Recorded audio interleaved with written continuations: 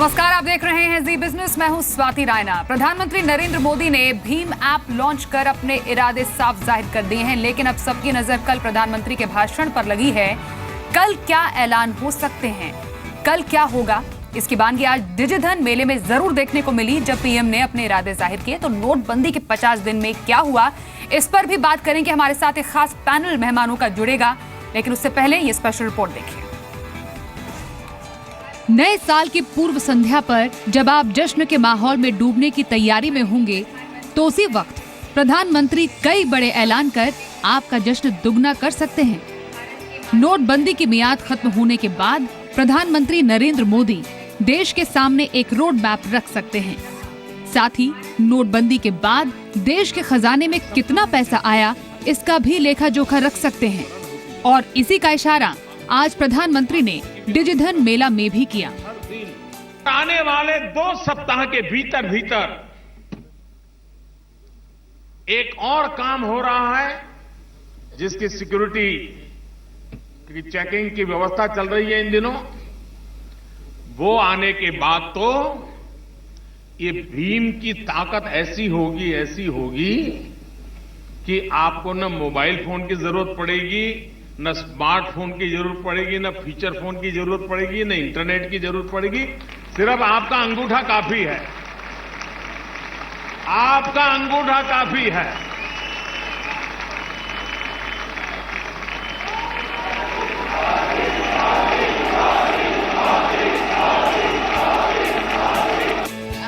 डिजिधन मेला में पहुंचे प्रधानमंत्री मोदी ने नोटबंदी के दौरान हुई राजनीति पर भी चुटकी ली। एक नेता ने बयान दिया, उन्होंने कहा खोदा डूंगर और निकाली चुहिया। भाई मुझे चूहिया ही निकालनी थी, वही तो सब खा जाती है चोरी छुपी से।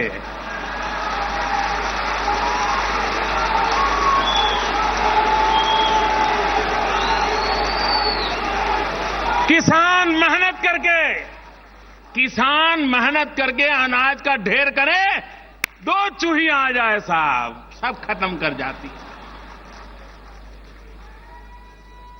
तो जिस नेताजी ने जो कहा, मैं उनका धन्यवाद करता हूं कि कम से कम सच तो बोले।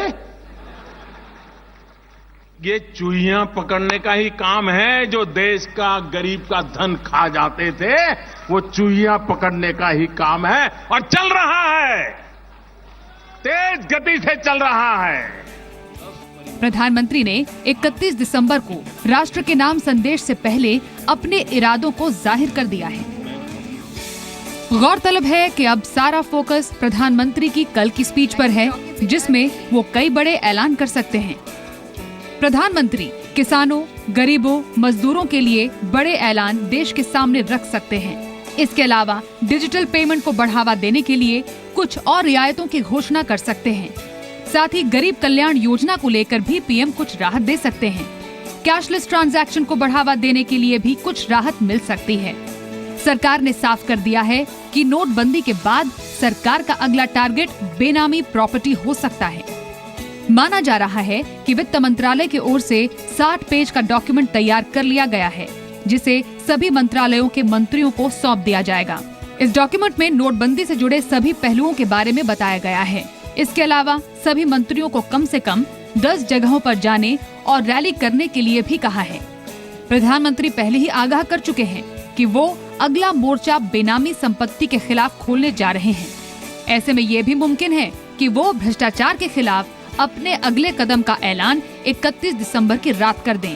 पीएमओ ने एग्रीकल्चर और पेट्रोलियम मिनिस्ट्री से किसानों के कर्ज की ताजा स्थिति और उज्ज्वला योजना पर भी रिपोर्ट मांगी थी।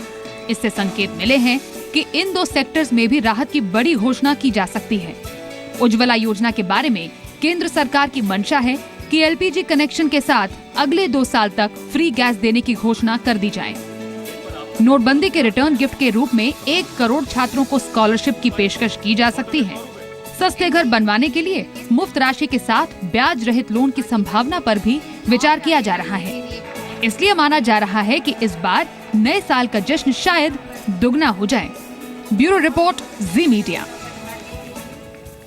तो भीम ऐप लॉन्च किया, वाकई ये प्रधानमंत्री मोदी का न्यू ईयर गिफ्ट कहा जा सकता है, लेकिन कुछ और गिफ्ट देने की संभावना है। जब कल वो देश के नाम संबोधन देंगे, कुछ और घोषणाएं की जा सकती है, क्या ऐलान किए जा सकते हैं। हमारे साथ एक ग्रैंड पैनल मौजूद है, उनसे जानेंगे उनके रिएक्शन, आखिरकार क्या हो सकता है 31 दिसंबर को और नए साल में लोगों के लिए क्या स्पेशल गिफ्ट मिल सकता है। इस वक्त हमारे साथ मौजूद है इंडिपेंडेंट इकोनॉमिस्ट और former economic adviser Assocham Anjan Roy जी।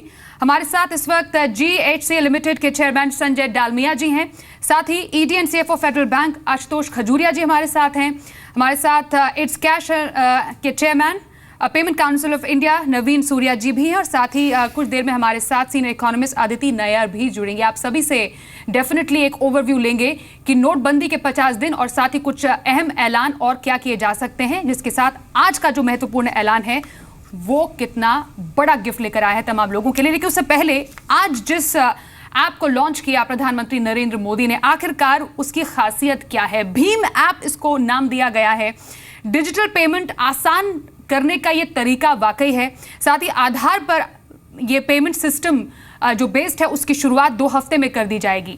ये भी आपको बताएं कि आधार नंबर को बैंक खाते के साथ आपको लिंक करना होगा। ये कैसे काम करेगा ये हम आपको बता रहे हैं और आधार बेस्ड सिस्टम में सिर्फ अंगूठा लगाकर आप पेमेंट कर सकेंगे, फिंगरप्रिंट के जरिए ये काम करेगा। भीम को एंड्रॉयड ऐप से आप डाउनलोड कर सकते हैं, बहुत ही ज्यादा यूजर फ्रेंडली इसे बनाया गया है।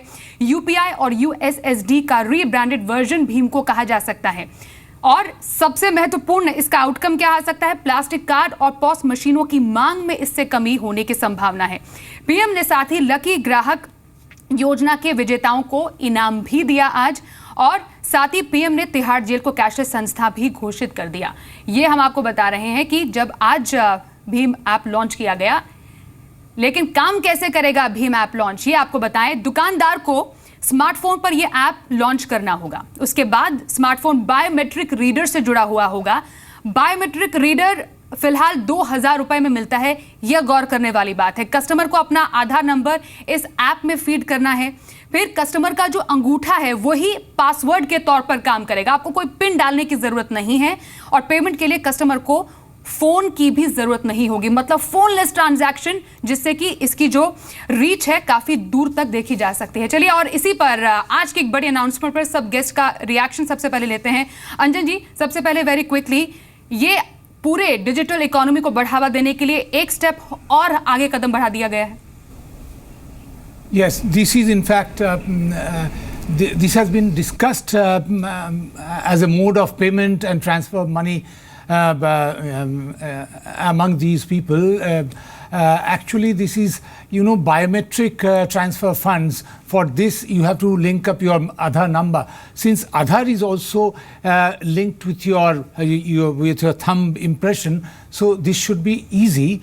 But you have to build that IT network for linking and concluding the transaction. It is a very major step. One has to see how fast and how seamlessly this can be introduced. It should not be as disruptive as we had in the first few days of demonetization.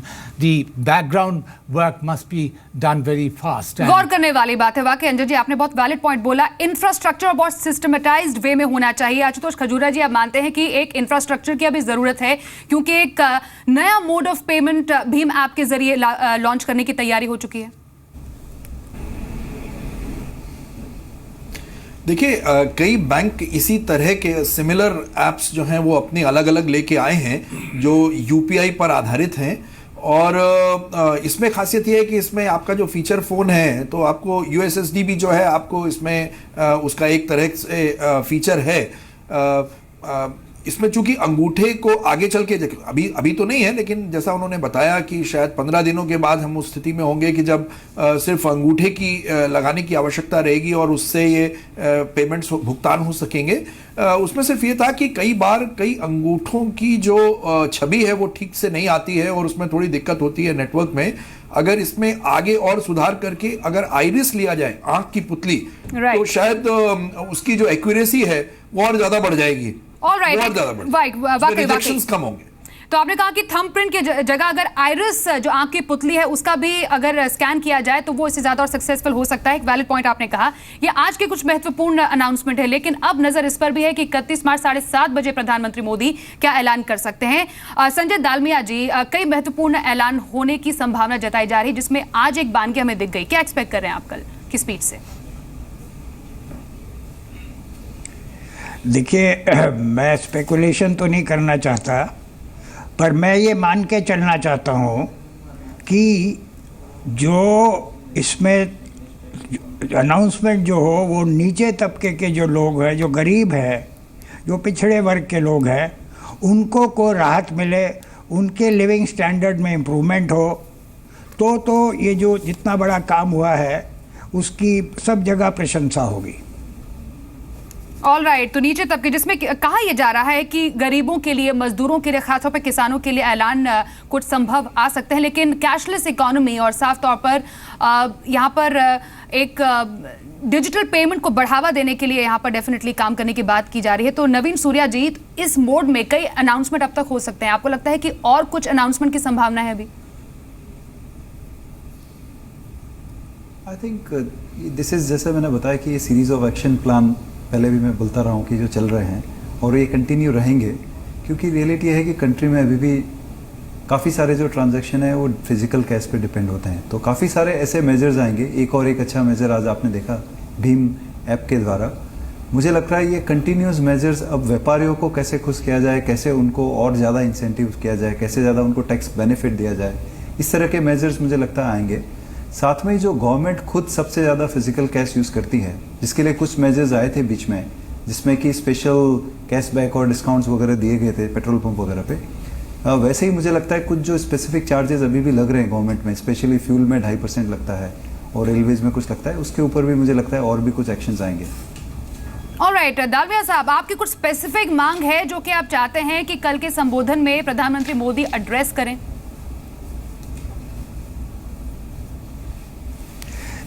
देखिए, जो ये सब चीज़ जब शुरू की गई demonetisation, उसका सबसे बड़ा एक जो कारण था वो ये था कि हम करप्शन कैसे ख़त्म करें। तो मेरे हिसाब से करप्शन, देखिए, एक तो व्यापार और ट्रेड में करप्शन होता है, वहाँ पे ब्लैक मनी का लेन देन होता है। दूसरा, जितनी पॉलिटिकल फंडिंग होती है उसमें ब्लैक मनी का बहुत बड़ा हिस्सा होता है। तीसरा, कर्मचारी और जो सरकार के कर्मचारी वगैरह हैं, सब लोग जानते हैं कि वहाँ पे करप्शन है और हर एक काम कराने में घूस देनी पड़ती है और ये करना पड़ता है।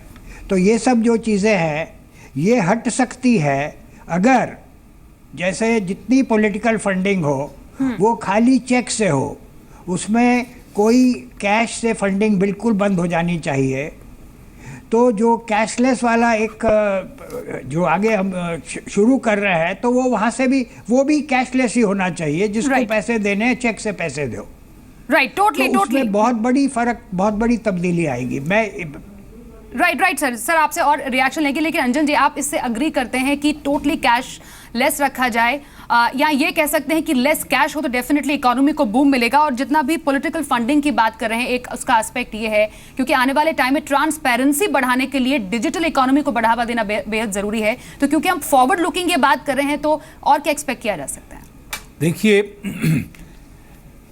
the question of cash contribution to political parties is a small issue because you cannot possibly give large amounts in cash openly.